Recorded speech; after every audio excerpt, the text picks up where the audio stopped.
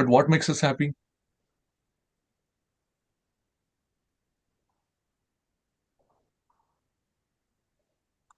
Can we guess what makes us happy? There Generally, are if two our kinds of desires are happiness, fulfilled, temporary and permanent happiness. So we need to Okay, realize but like what is the real happiness. yeah, but what is let's go one step back also, right? But what makes us happy in general? when our desires are fulfilled, then it will make us happy in Yes. general, material consciousness. Yeah. So when we all have desires. Anybody here don't have desires can raise their hand. No. Okay. So when our desires get fulfilled, we become happy, right? Yes. Those desires are typically of two types. What are those?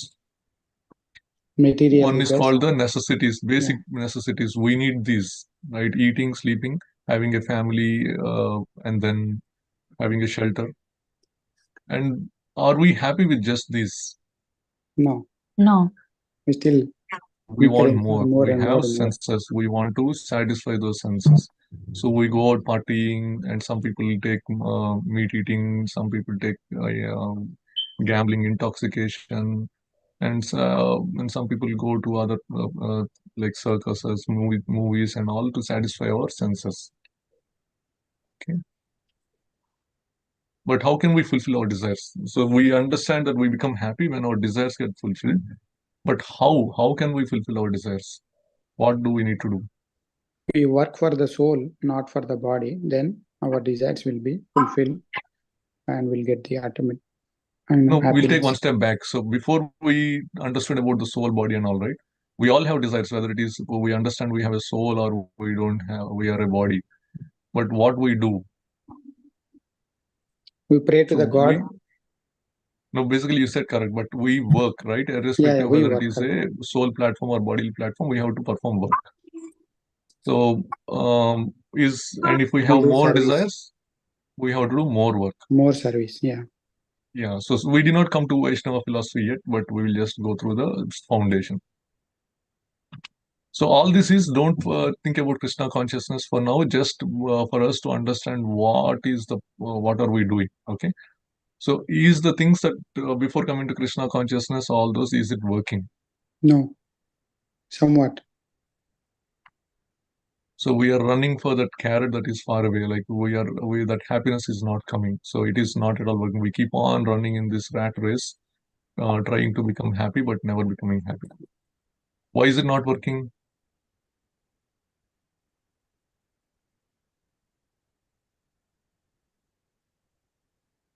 You said right, which is everything in this place is temporary, whether it is the pains or pleasures, and now pleasures are followed by pain. That is one problem. And the other problem is we only saw half picture, all our desires that make us happy. But what about the other half? We all have difficulties. Is there anyone who doesn't have difficulties can raise their hand? So everybody in this world has both desires and difficulties. Okay. What are those difficulties? Just like happiness or desires, difficulties are also of two types.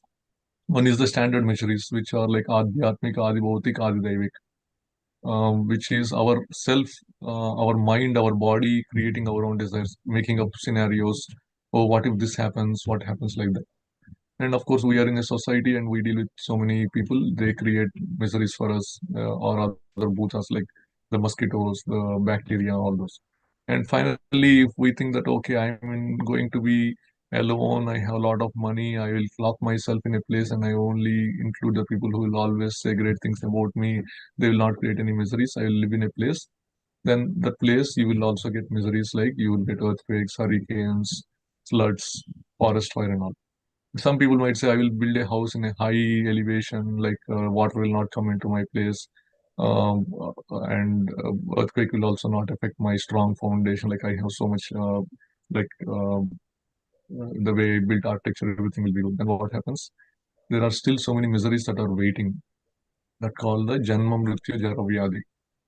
Even though you escape those other kleshas, nobody in the world can escape these four miseries. Everyone has to take birth, everyone has to die. And during this process in between, they become old and the body parts don't work. And sooner or later, everyone gets disease and they have to suffer. So what we understand from Bhagavad Gita verse is this material world is not a place for us to stay. So does anyone think that no, I want to stay in this material world? No. Okay, so it is saying Dukkhalayam Ashashvatam. So then is there anything beyond this material world? Is there a place where the happiness, we said that in the material world all happiness is temporary, but is there a place where the happiness is permanent? And is there someone who is controlling everything, including time? So there are four categories of people that we come across. One is a person who says, no, there is no such thing like an atheist. And some do say, I don't know, but I'm too busy to know. I have so many aspirations in this material world. I want to build a big business, and I want to, or I want to learn something like I want to understand, dissect a scientist and all. And some people will say, I don't know, but I want to know. They are inquisitive. And some people believe that there is a God and they want to know about the God. So our focus will be generally mostly on seekers and believers. When we are preaching, people who are inquisitive and people who believe in God, they are. But if somebody is an atheist or somebody is too busy, um, we don't disturb them. We do give them Krishna consciousness first to see which category they fall into. But if they are not, then we ignore. So Prabhupada says we have to be both inquisitive as well as we have to have religion for belief. If we only do religion without philosophy, it becomes a sentiment. Why are we having these discussions? For us to understand what is the philosophy behind it. And if we only try to come up with philosophies without belief in God, what happens? We come up with mental speculation. We come up with so many theories that don't make any sense.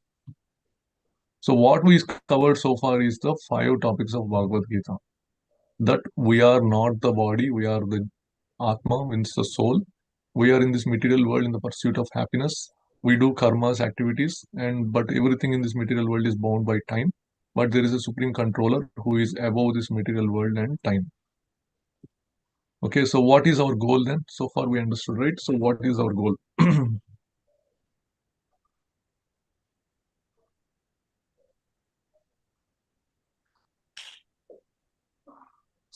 Our goal is to stay ultimately happy. Go back to Godhead. So Yeah, that is good. get out of this material world, right? That's what we established so far, that this material world is not a place of, I think both answers are correct. So we have established this material world is not a place of permanent happiness. We are in the pursuit of that happiness and we want permanent happiness. So we have to go back home, back to Godhead, where the Supreme Controller is, where that is. So that place is called Parandama. Anyone wants to read the verse and translation?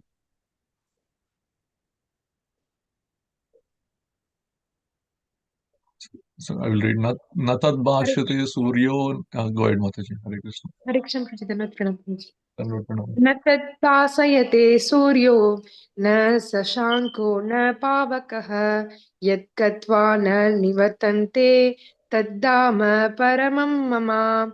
That supreme abode of mine is not illuminated by the sun or moon, nor by fire or electricity. Those who reach it never return to this material world. So, thank you, Mataji. So see that that place Parandama is where everything is always bright and with Krishna in there. And when we go there, we don't have to come back to suffer in this material world. So, but what is the process of going there?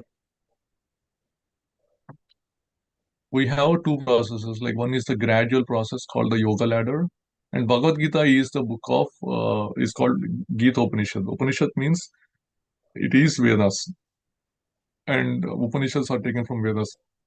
Bhagavad Gita is called Gita Upanishad because whatever is mentioned in Bhagavad Gita is exactly what is mentioned in the Vedas also.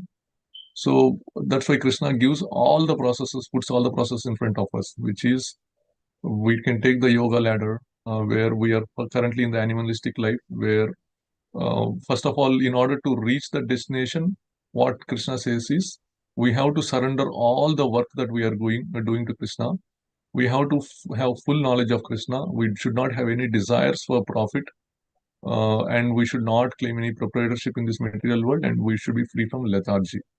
When we are in animalistic life, the first thing we have is lethargy. We are reluctant to follow the Vedic injunctions. We want to live however we want. We want to wake up late. We want to go to the restaurant, not cook anything. And so many things are coming out where people are selling, we are selling vegetarian, but they are selling beef. So in India, that's a big problem. So all these things are happening, and we don't know what they are putting in there in the food. And obviously, so that is, and our and people in the animalistic life, their only concern is eating, sleeping, mating, and dependent. They can take one step above, they take the ladder, which is they can start performing the Vedic rituals. It is still called Kanda because they are still doing it for their own sense gratification, but they are following Vedic rituals. Means do this puja in this temple, you will get this benefit. Do this yagna, you will get this benefit. Go and serve the people, you get punya. So all those are karma kanda, and gnana kanda also similar, where you start reading and about scriptures to understand, satisfy, or get more knowledge, and those things. Then what is, you take one more step, is called the sakama karma or gnana yoga. So when this is where the yoga comes. The moment we bring in the supreme lord and do a selfless thing, then we call it as yoga. But in here, the problem is there is still attachment for the work. There is self-satisfaction, like all the musicians, all those people who fully believe in God, but they want adoration, they want name, fame, appreciation, and they believe in God, but they do it. They don't have the subtle gross sense desires, but they don't have the gross sense pleasures, desire for them, but they have subtle desires, like I want to be considered as great, I want to get Nobel Prize, I want to do all those things. But finally, when there is no attachment for the work also, and if the work is done only for the satisfaction of Vishnu, that is called the real yagna. And if we should not have any expectation for name, fame, etc. And we should not be worried about success and failure. In that case, we'll come to the process called Nishkama Karma Yoga, which is nothing but Krishna consciousness only. Because if Krishna conscious devotee is also following the same, which without any expectations, they will be working for Krishna. So Nishkama Karma Yoga goes with different names. It's called Buddhi Yoga, it's called Krishna consciousness, it's also called Bhakti Yoga. Or we can take a quick elevator process, which is we can bypass all those things and we can jump from the animalistic life directly to the Krishna consciousness step, the topmost one. So how? Krishna says in Bhagavad Gita 9, chapter 9, that whoever renders service unto me in devotion is a friend of me and I am friend of him. So in the previous process, everything we are doing is based on our own endeavor, right? And we know our strengths. We can't even lift a huge weight. And we are thinking that we'll go leave this material world and go back, come back to God. Yeah, people will try. We should not say, oh, it's not possible, but let them try. But it takes, if you are going with this yoga ladder, it takes lifetimes after lifetimes, hundreds and thousands, if not millions. But in the case of bhakti, we are relying on Krishna. We are just standing in the elevator and doing whatever, like the process that is required, and then Krishna is taking us back home, back to Godhead. And even if we commit a most abnormal action, if the person is engaged in devotion service, they will be situated right away, which means that in the previous process, you went to Karma Kanda stage, Sakama Karma Yoga and Nishkama Karma Yoga, but you do one mistake, you fall down again. And you have to start again from that ladder. But in the case of Bhakti Yoga, even though you make a mistake, if you follow these three conditions, which is you continue to do the devotional service, which whether it is will come, what is the devotional service, it is chanting, and it is an accident, and you don't keep repeating it, then we continue from the same state, where if we stopped at floor 101, we'll continue from there. And that process is very quick, and we will attain the everlasting peace, because the peace is the one we are lacking with all these difficulties that we have. We don't have those difficulties, so we'll be okay. So what is there any restrictions for people who should perform bhakti yoga and who should not? In the other yoga processes, there are so many restrictions, but in the bhakti yoga, there are no restrictions at all. Even persons of low birth, Vaishya, Shudras, and whether it is man or woman, anybody can follow. And then what to think of the Brahmanas and the devotee saintly kings? So we should all try to elevate ourselves. And what is the process? Always engage our mind thinking of Krishna, becoming Krishna's devotee, offer obeisances to him, worship him, and be completely absorbed in him. Then how to perform this devotional service? So we discussed about the Bhakti Yoga, which is devotional service, right? How do we perform that?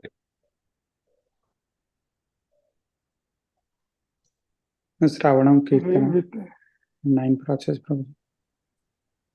Yes, but what it starts with?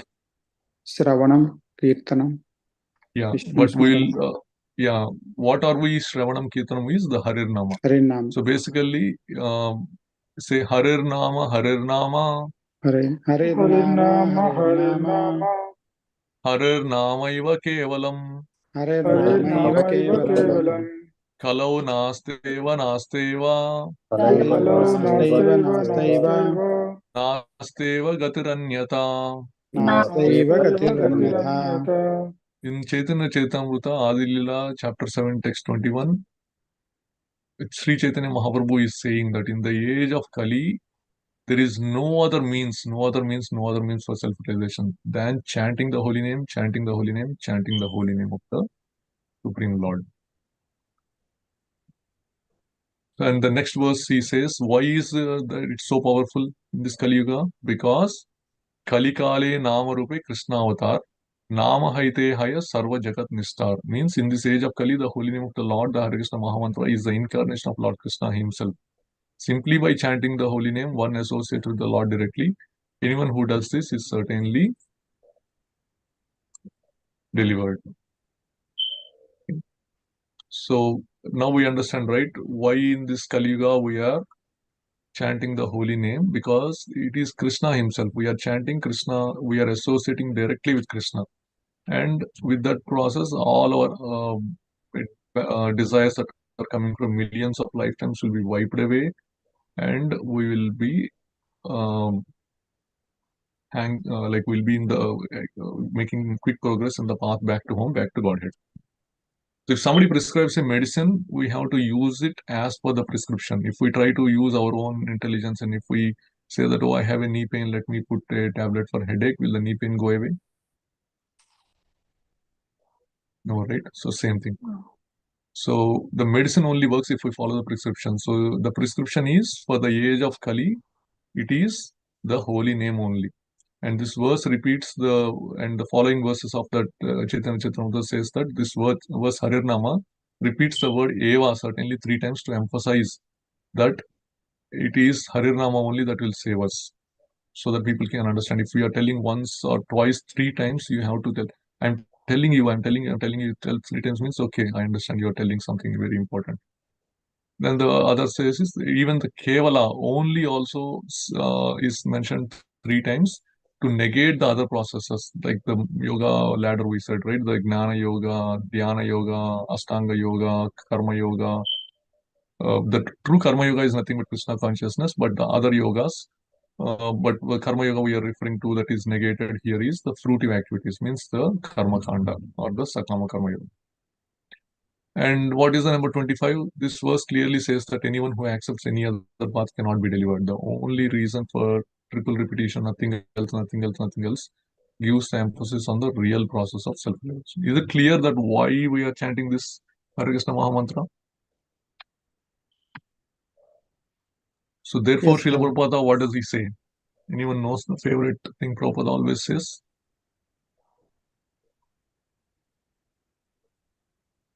We hear that a lot.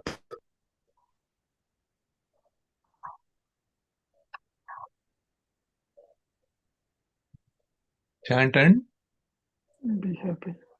be happy. Okay. So we are done, right? We understood that we have to chant and then we'll be happy. So we are done, or is there something left? So there is something. We only covered the half part, which is chanting. But what about the be happy part? Chanting, I understand, but you are saying chant and be happy. What is the be happy part? How how can we do the be happy part? So for that we have to understand this Damodar pastime. And Kartik month is coming this year. Anyone knows the dates when this year Kartik month is coming? I think October 17 to November 15 something. Yes. So in the Damodar pastime, we all know, right? Mother Krishna does mischief because Mother Yashoda puts him down to attend the milk that is overflowing in the kitchen, and he breaks all the butter pots. And realizing his mistake, he knows that the mother will punish him, so he keeps running. And when Mother Yashoda comes back and she sees all the broken pots with milk all over, and she follows the footsteps and finally runs after Krishna and grabs hold of him, and she wants to punish.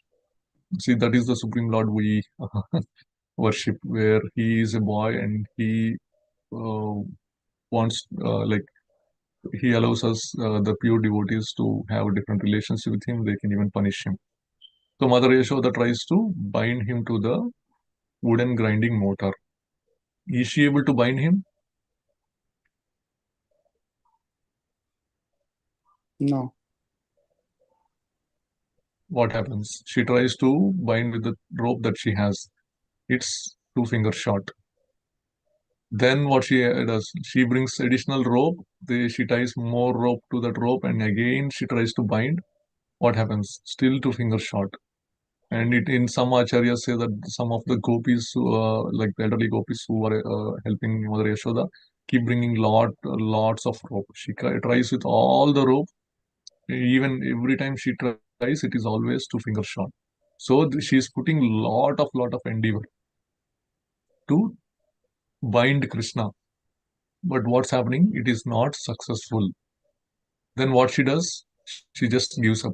Her body is perspiring with the, like, sweating, all the effort she was putting, and she finally gives up. Then what does Krishna say? Krishna smiles and says, "Mother, now bind me." Right? Then what she does when she tries to bind? Is she able to bind then? Yes. Yes. So the two things that we have to understand from this pastime is the 2 fingers represents our endeavor and Krishna's mercy. If our endeavor, we have to keep trying, we have to keep chanting, and by keep chanting, then Krishna will, like, we'll be able to approach Krishna. But then, and we will not be getting association of Krishna until Krishna's mercy comes. So without our endeavor, Krishna first of all will not give mercy. So we can say, okay, then let me get Krishna's mercy and I will not chant. First of all, chanting is the basic requirement to get Krishna's mercy. But without Krishna's mercy, our endeavor will not succeed and we cannot be happy. So we need both our endeavor, we need to chant, and we also need Krishna's mercy. Now, the biggest question is how to get Krishna's mercy. Is chanting not enough to get Krishna's mercy? Will Mother Yashoda keep on trying, and then it will succeed one time? So the pastime says that lot of, like, yogis have been doing this meditation on the Supreme Lord for millions and millions of life, and they are still not able to achieve Him because they are trying with their own endeavor, and they are not able to achieve. But Krishna's mercy, when it comes, then their life is successful. So, but then is the chanting process, we are saying that it's the most prescribed process. Is it not enough? What do you say? Is it enough or is it not enough?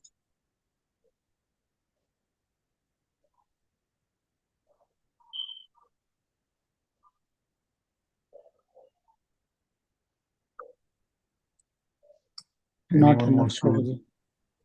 Why not enough? Yeah, we need to do other services also, along with the chanting, to keep us engaging always. Anyone disagrees? Like Ambarish Maharaj, right? So, an example. So the chanting process is enough actually. But the condition is we have to do pure chanting of the holy name. If we call Krishna with all the heart, we just Mother Yashoda just give up to Krishna. What is happening? Then Krishna will take us. So if we fully surrender, and if we chant the holy name even one time, we'll be there in back to home, back to Godhead. Prabhupada says that. But are we doing the pure chanting? No. That's why we are. The chanting is not giving us. We need. That's why we are not there yet. So there are three stages of chanting, what is called the Suddhanama, Namabhasa, Namaprada, which is we are currently in the stage one or stage two, maybe. It's mostly stage one. We are doing Namaprada. There are 10 offenses in chanting the holy name, and we are doing offensive chanting. And the second stage we can get there is to call the clearing stage, where when we start not making those offenses and paying full attention to the holy name when we are chanting, then it starts to work. Then it will starts to cheto darpanamarjanam, the clear of all the dust accumulated from years and years and makes our heart very clean.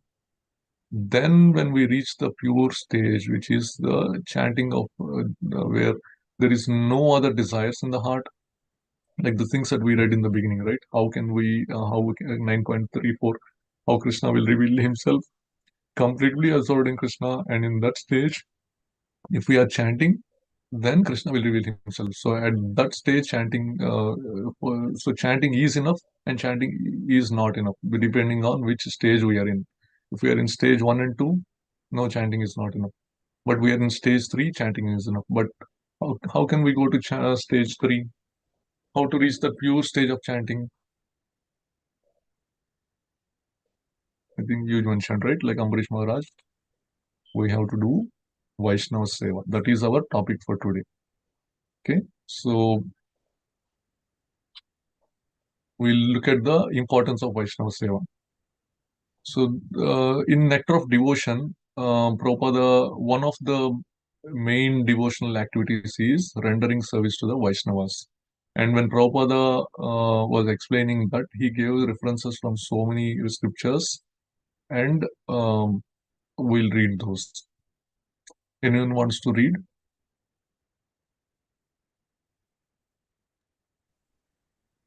Hare Krishna Prabhuji. Dandavat Hare Pranam. Krishna Mataji. I'll, Dandavat Pranam. I'll read Prabhuji. Can I read? Yeah, go ahead, read Mataji. Yeah. Yes.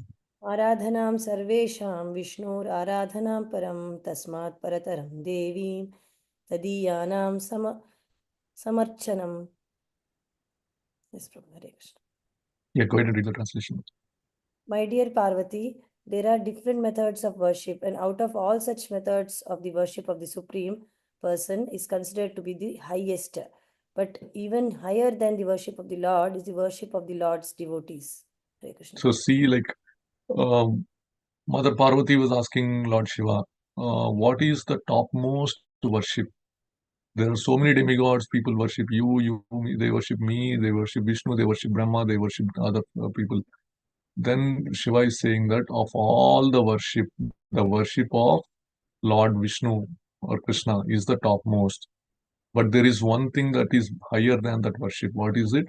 Worship of the Lord's pure devotees or the Lord's devotees. So if we worship the Lord's devotees, then it is the topmost worship. And there are similar other statements. In the third canto, 7th chapter of Srimad Bhagavatam, Vidura is saying, let me become a sincere servant of the devotees, because by serving them, one can achieve unalloyed devotional service onto the supreme feet of the Lord. The service of devotees diminishes all miserable material condition and develops within one's a deep devotional love for the Supreme Personality of Godhead. So see, the stage of Shuddhanama is also nothing different from the Ananya Bhakti. So in the Bhakti Yoga, once we took the elevator using Bhakti Yoga and reached the platform of Krishna consciousness where we started rendering devotional service, there are also different stages in devotional service, which is called Sadhana Bhakti, and one is called the Sadhya Bhakti. And in the Sadhya Bhakti, there is also Bhava Bhakti and Prema Bhakti. But essentially, what we have to understand is we are in the sadhana stage, which is also the two levels in the chanting process, two stages, 1 and 2 in the chanting process. But once we come to the Ananya Bhakti stage, then our heart becomes pure and Krishna will start revealing himself. And that is achieved only by rendering service to the devotees, because it diminishes all material conditions and our desires. In the Skanda Purana, there is a similar statement. Persons who are embodied and whose bodies are marked with the tilaka, symbolizing the conch shell, wheel, club, and lotus, and who keep the leaves of tulsi on their heads, and whose bodies are decorated with gopi chandana, even seen once, can help the seer be relieved from all sinful activities. So whenever we are going out, we wear tilaka and go out. We are actually helping people relieve their sins, because when they see our tilaka, their so many sinful activities from their past lives or in their current life will be wiped away. So that is the benefit. Even by seeing you are getting that benefit, then imagine the benefit you get by serving a Vaishnava who is wearing a Vaishnava tilak and doing he's dedicated his life for Krishna consciousness. And there is a similar statement in the first canto, 19th chapter 33 of Srimad Bhagavatam. There is no doubt about one's becoming freed from all reactions to sinful activities after visiting a devotee or touching his lotus feet or giving him a sitting place. Even by remembering an activities of a Vaishnava, one becomes purified along with one's whole family. And what then can be said about direct rendering service up to him? So even by remembering the activities of a Vaishnava who have dedicated life to Krishna consciousness, it is purifying themselves and the whole family. Then imagine doing direct service to that Vaishnava. What is the result? And we have to understand that it is, if we are not able to perceive right away, it's not that it's not working. We have so many millions and millions and millions of lifetimes worth of desires in our heart. Those are getting wiped off. A mirror is covered with 10 inches of thick mud. You cannot see anything. It's covered with fire. You keep on cleaning it or tapping it with the vibration of the holy name. The mud becomes, the accumulation becomes 5 inches. You still cannot see anything. Does that mean that you did not make any progress? No, your 10 inches became 5 inches. You keep on doing this Vaishnava Seva, you keep on chanting, try to get to the Suddhanama state. Then it will come to a point where it will be like 1.5 inches, 1 inches, where it is, you can blurly, like you can start getting glimpses of the pure self-realization, which is Krishna service and the and his presence within our heart. And that is also mentioned in the 9 stages, right? Where you start getting the ruchi only after you get rid of all the anarthas and you are established, means like you are nishta, means you are fixed in the devotion. Only then the ruchi comes. We are trying to say, oh, I'm doing chanting for so many times, I'm not getting the taste. Yeah, you are not getting the taste because we all have so many desires in our heart for millions of lifetimes. Those anarthas have to go. What are the anarthas?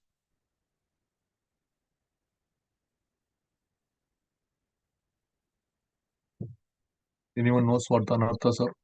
Arishad Prabhuji. Arishad workers, yes. Kama, Krodha, Lobha, Moha, Mada, Matsarya. Lust, anger, greed. So these three are the 3 gates to hell actually. So if you have lust, material desires, if that is driving to anger, we have the root cause of anger in chapter 2. Everything starts with material thoughts and they become into attachments. If we keep contemplating them and we don't get them, we become angry. And then even if we get them, what happens? We want more. So these lust, anger, and greed are the 3 gates to hell. Means it will make us fall down further into the material pool. But there are 3 more, which is pride, illusion, and envy, right? Mada, Moha, Mada, Matsarya. Mada means pride. Moha means illusion. Matsarya means envy. So what we have to understand is, now when we are making progress in Krishna consciousness, when we are in the association of devotees, most people will try to be controlling the lust, anger, greed. When you keep practicing this Krishna consciousness for some time, like the chanting, sooner or later our material desires will fall away. Our anger will be less and less, lessening so much that we will see the difference ourselves. And greed will also not be there. Even though we have those, we can always align those in Krishna consciousness by desiring more for Krishna and getting angry when devotees are blasphemed.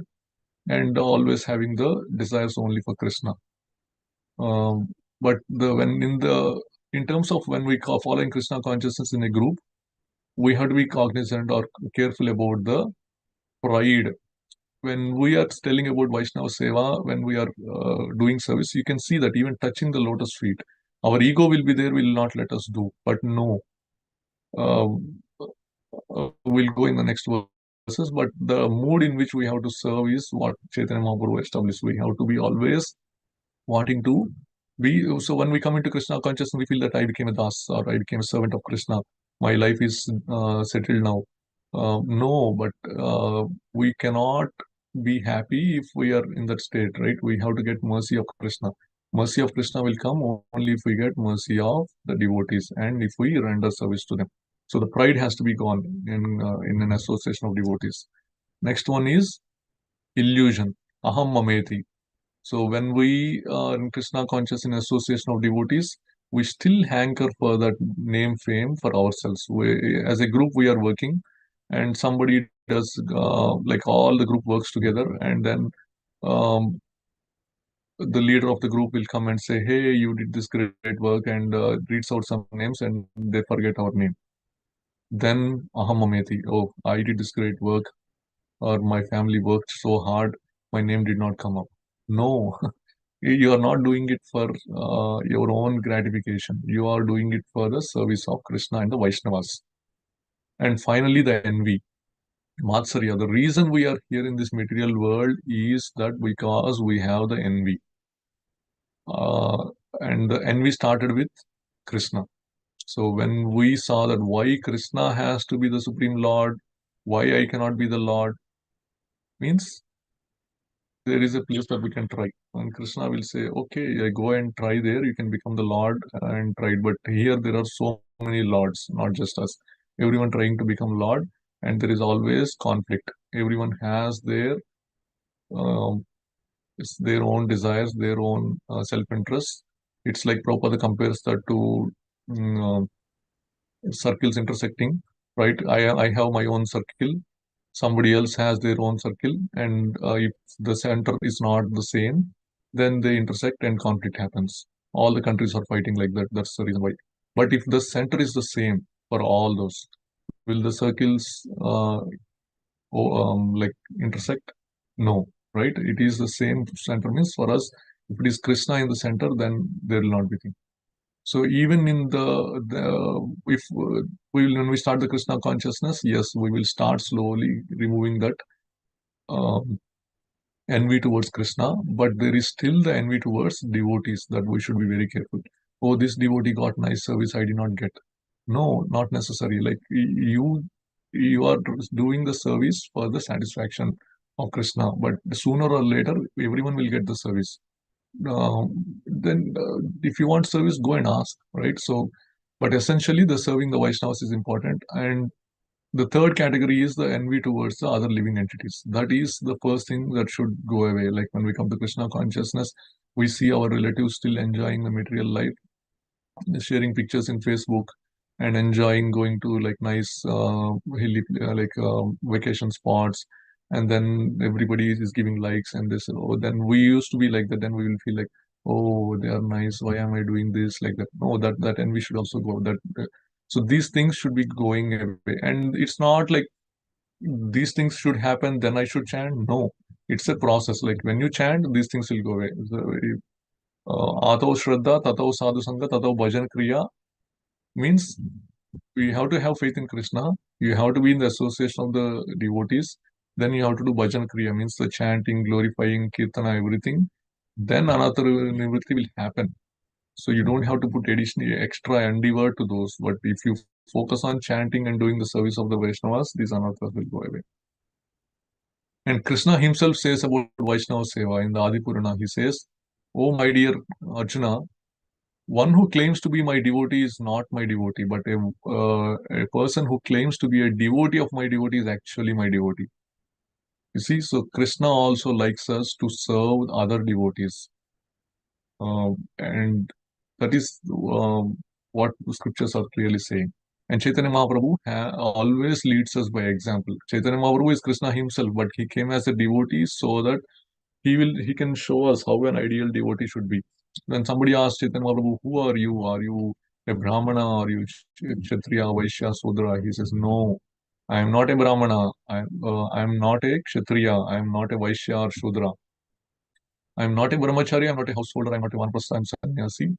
I identify myself as a servant of the servant of the servant of the lotus feet of Lord Shri Krishna, the maintainer of the gopis. He is like an ocean of nectar and he is the cause of universal transcendental bliss. He is always existing with brilliance. Gopi Bhartuk Pada Kamalayor Dasa Dasa Dasanu Dasa means I am the servant, servant, servant like that. And it's not just he saying, but so he was traveling all over India and he comes across so many people, and everybody asked the same thing to Chaitanya Mahaprabhu.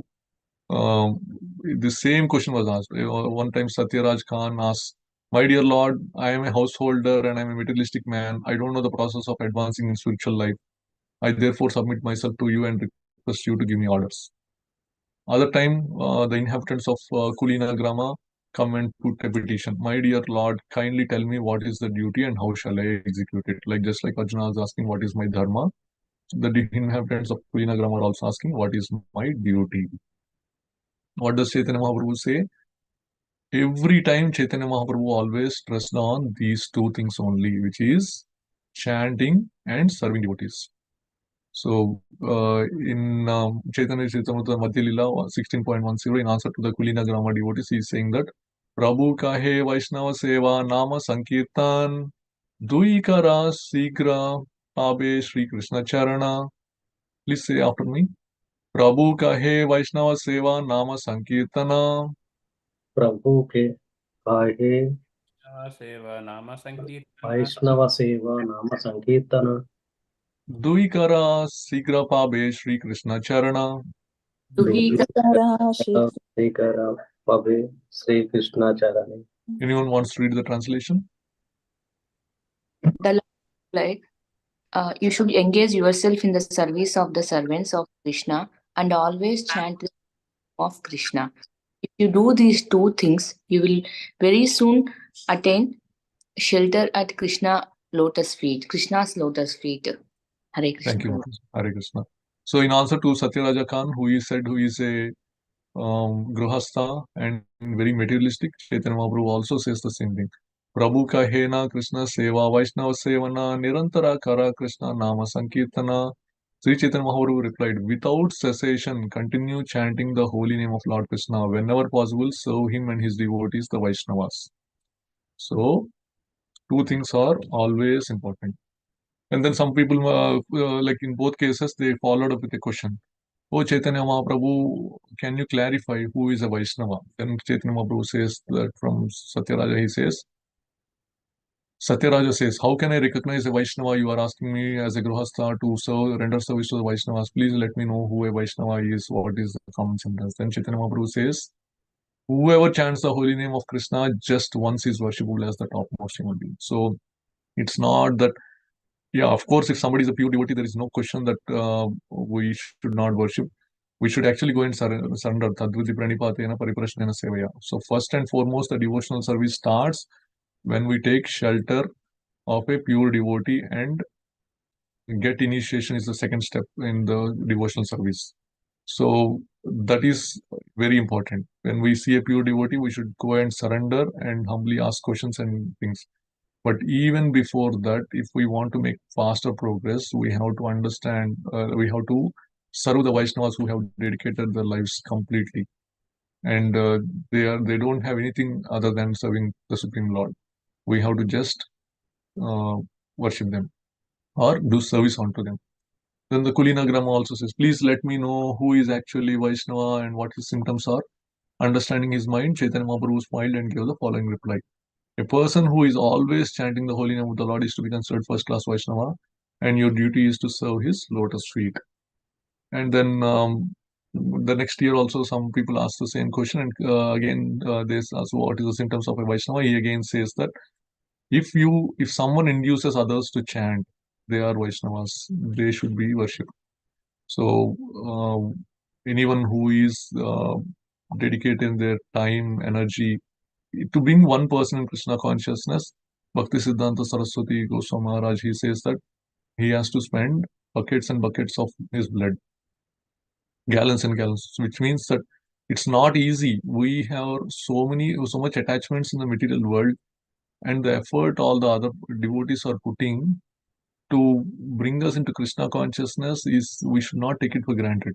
We have to understand how much effort they are putting, and the only way we can get the mercy of Krishna is by rendering service unto them. So, serving pure devotees, like by taking initiation from them, and people who have dedicated their life, serving them to make progress in Krishna consciousness fast. And Srila Prabhupada explains why the why part, why is Vaishnava Seva important in different places. Like in the teachings of Lord Kapila, he always quotes the uh, what Narottam Das Thakura Vaishnavacharya says, Chadiya Vaishnava Seva Nistara Peya Keva, which means that we'll read. A sadhu is a representative of Krishna. He will never say, serve me. Even though you like we are going and serving Vaishnavas, they will not say, yeah, serve me. They will always say, serve Krishna only. So therefore, we have to approach Krishna through sadhu. This is confirmed in Vaishnavacharya Narottam Das Thakura. We cannot approach Krishna. We have to go through the transparent via medium Krishna's representatives. Similarly, in Chaitanya Charitamrita Madhya Lila 10.67 purport, he says, even though a person is rejected by the Supreme Personality of Godhead, I think there is this Kala Krishnadasa on devotee who travels with Chaitanya Mahaprabhu, and during the time he gets attracted to a group of hippies, nomads in the South India, and then Chaitanya Mahaprabhu saves him and brings him back.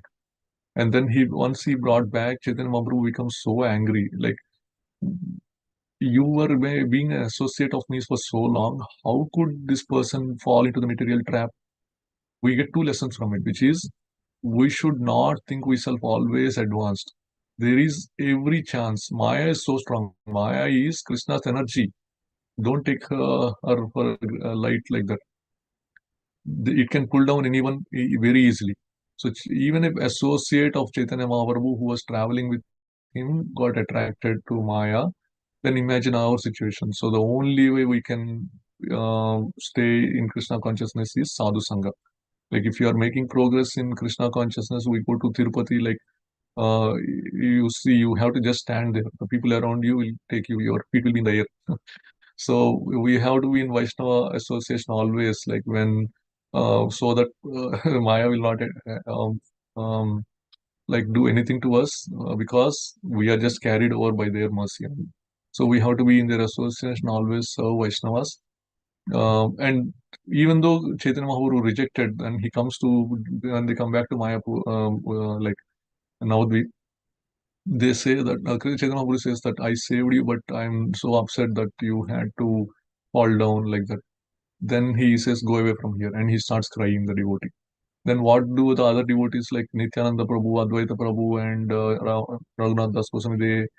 They still don't let him go. They give him more service. So the arrival of Chaitanya Mahaprabhu has to be, this news has to be delivered to Sachi Mata and others devotees. So they employ him. They say, we'll have him go and deliver the message. So they go to Chaitanya Mahaprabhu and say, Chaitanya Mahaprabhu, now that you came here, you went on a long trip. Everybody, your mother and everyone here is very much in anxiety, or they're looking for the news about you. We should send one devotee from here with the news that you have arrived. Chaitanya Mahaprabhu says, yes, go ahead. Then they send this devotee, Kala Krishna Dasa. See, what we have to understand is, even though a Lord rejects, because there could be so many reasons, we might have done so many abominable activities in the past life, God is not ready to take us back. But Prabhupada says, do the chanting, do the 16 rounds, and follow the four regulative principles. I will be there for you to take. So Vaishnava's promises. If a Vaishnava promises, then Krishna says, in previously, right? Arjuna declared boldly that a devotee never perishes. Because if he says something, he might break the promise. Like he break the promise about not holding a weapon. But if a Vaishnava does that, Krishna will automatically follow that. So one cannot be relieved from the material touches without engaging in the service of pure devotees. Lord himself may sometimes be very hard, but the devotees are always kind. So we may be chanting for many lifetimes. Sorry, not lifetimes. One lifetime is enough if you do pure chanting. If we may be trying to do a lot of chanting, but if we worship if we do service on to the Vaishnavas, our progress will be very fast. So what is the life lesson we can understand? There are two important things in devotional service. One is chanting. The second one is rendering service onto the Vaishnavas. Chanting alone will not be enough unless it is pure chanting. And for us to reach to the pure chanting stage, we must render service to the Vaishnavas. By serving our Vaishnavas, our chanting will improve. When we get the mercy of Vaishnava, Krishna will automatically give his mercy. So this two-finger shot with the Vaishnava service we will be able to bind Krishna within our embrace. And then we can always be, the second part also happens, which is chant and be happy. So last will, before we close, we will say, how can we serve the Vaishnava? So we all discussed about the importance of Vaishnava Seva. This will be kind of a homework where you can go, but on a high level, maybe we can read. So there are the nectar of instruction. So yeah, when we come to Krishna consciousness, how to behave as a Vaishnava, the guidebook is called Nectar of Instruction. It is a very small book. It has a few verses, I think 14 or 12, so maybe 14. So all we have to do is follow the Nectar of Instruction as is. And the Nectar of Instruction was taken from a bigger book, so which is about the etiquette of Vaishnavas and all. So if you follow the Nectar of Instruction, you will be able to make progress much faster. You will behave exactly like a Vaishnava and your progress will be more and more. And in chapter 12.10, which is pure devotional service, Purport Prabhupada writes, one should be simple. Anyone wants to read one bullet point?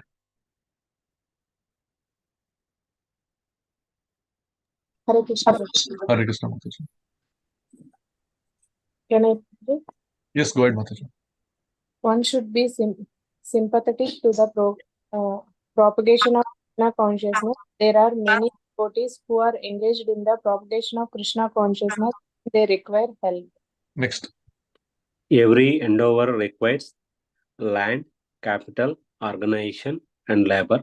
Just as is business, one requires to require a place to stay and some capital to use and some labor and some organization to expand. So the same is required in the service of Krishna. Next. If one has, yeah, go ahead. If one has sufficient money, he can help in building an office or temple for propagating Krishna consciousness, or he can help with publications. There are various fields of activity, and one should be interested in such activities. Next. This voluntary service to the cause of Krishna consciousness will help one to rise to a higher state of love for God, whereupon one become perfect. Jai. So you see what the ultimate result, right? If we are in association of devotees is not just sitting and listening to what they are saying. We have to follow we have to render service onto them, either by those 6 loving exchanges or by, if we are not there yet, we cannot do that, then we can also do these things where we help them. Yeah. So before we close, any questions? I think Surya Prabhu, you raised your hand. You have a question.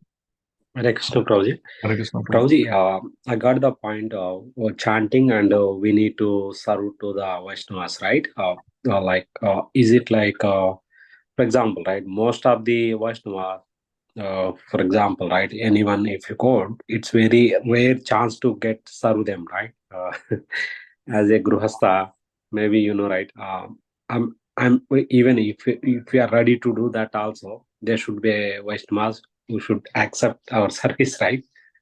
Even if you service to the maybe like some kind of right service to the Krishna also will consider only service to the Vaishnavas only will consider how it is. Yeah, so I was discovered that point, right? There are two things like pure Vaishnavas who are like very difficult to reach. Yes, we have to find a way to approach them through other Vaishnavas who are there and get shelter and initiation from them. That doesn't mean that the Vaishnava Seva is only for them. Chaitanya Mahaprabhu is saying, who is a Vaishnava? Whoever does chanting even once. So in Krishna consciousness, when we are in a congregation, serving the other Vaishnavas will also give the same result. It is not that we have to wait for to association of pure devotee to do the Vaishnava Seva. Vaishnava Seva means serving each other. My question is, Prabhuji, okay. Prabhuji, for example, as I asked, right, the thing is, most of the Vaishnavas, right, whoever is, for example, I'm associate. Normally, they will not ask any kind of service. Mostly, they will ask us to maybe help us maybe some activities. There is a program, those things only, right? Then that is direct seva to Krishna, right? Not the Yes. Vaishnavas, right? Can No, you it is please both. elaborate a little bit? Maybe some example. Yeah, so if you are doing a service in a congregation, it is Vaishnava Seva. It is service to Krishna as well as Vaishnavas because of that congregation, other Vaishnavas are happy, right? If the program is successful, all the Vaishnavas will be happy, and you played a part in that one. So it is a service to the Vaishnavas also. Okay. So your 10 people, 10 devotees came together, and they wanted to conduct this program for the service of Krishna. And once this program is successful, all the devotees will become happy, right? And they will feel Yes. happy towards each other.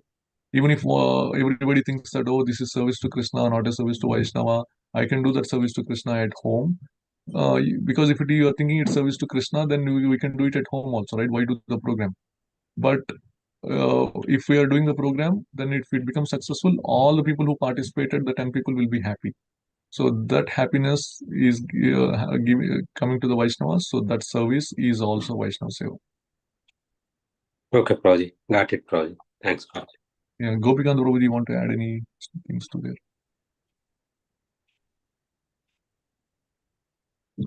Okay. Yeah. Sorry, I was talking. Vaishnava Seva has very widen. Like serving Srila Prabhupada, serving Guru Maharaj, it doesn't mean like that we need to go there and cook for them or do some physical seva. There are two types of sevas, Vani Seva and Vapu Seva.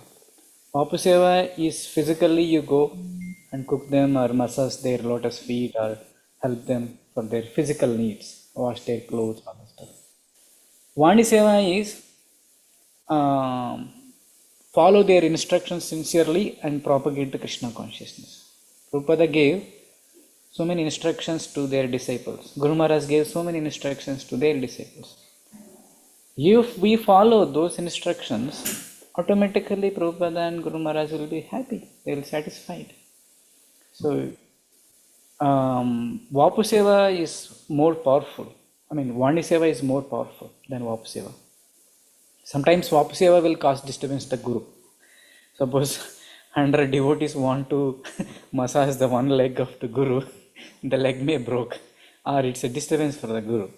But if you follow the mood of the Guru and if you help his mission, that is perfect Vaishnava Seva.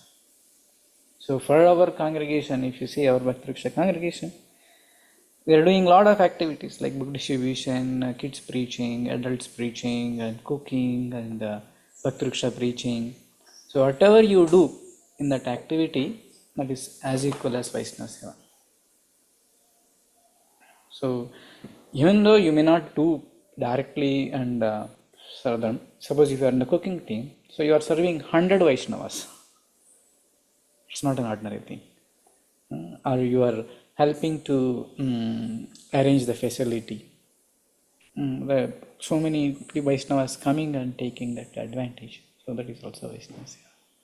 Yeah, so Vaishnava Seva means whoever is chanting Hare Krishna or whoever is practicing Krishna consciousness, if you help them to progress or if you bring them new people to that path, that is also Vaishnava Seva. Okay, Prabhuji. Any other Yeah, got it, questions? Prabhuji. Thanks, Prabhuji. Thank you for asking the question. Surya Prabhu. Okay, so if no questions, then thank you very much for giving your time, Paritapan Prabhu. So very wonderful slides, and you brought the concept and you create that intensity in everybody's heart. Everybody has to be part of some service so that our Krishna consciousness will progress more and more. So whoever is interested, whoever want to progress more fast, then we need to do more seva. Even giving class is also seva. Whatever we are doing for the propagating Krishna consciousness is a Vaishnava Seva. Okay, so we all work together, we all serve each other, and so that Prabhupada and all Guru Parampara will be happy, automatically our bhakti will be increased. Okay, so let's chant 3 times Hare Krishna Maha Mantra enthusiastically and wind up the class. Hare Hare Krishna, Hare Krishna, Hare Krishna Krishna, Hare Krishna, Rama, Hare Hare Hare, Rama, Hare Rama, Rama Rama, Hare Hare Krishna, Hare, Hare Krishna, Hare Krishna Krishna, Hare Krishna Krishna, Krishna, Krishna Krishna, Hare Rama, Hare, Hare Hare Rama, Rama, Hare Rama, Rama Rama, Hare Hare Hare, Krishna, Hare Hare Krishna, Krishna, Krishna Hare Krishna, Krishna, Krishna Krishna, Hare Rama, Hare, Hare Hare Rama, Rama, Rama Hare Rama, Rama, Rama Hare Rama, Hare Hare, Krishna, Hare. Krishna Krishna, Hare Hare, Hare Rama, Hare Rama, Rama Rama, Hare Hare. So let's chant 3 times Hari Bol for Paritapan Prabhu for his wonderful presentation. Hari Hari Bol, Bol, Hare Hari Bol, Hare Hari Bol. Bol. Panchakalpatarubhyascha Panchakalpatarubhyascha Shubhyascha Paritanam Bhavanebhyo पतितानां पावनेभ्यो वैष्णवेभ्यो नमो नमः. Vaishnavavrinda ki jai. Gaur Premanande. Thank you for the opportunity, Prabhuji. Hare Krishna. Yeah. So Thank you we'll so much see for you all. very nice session. Thank you, Prabhuji. Hare Krishna. Thank you, Prabhuji. Thank you, Prabhuji.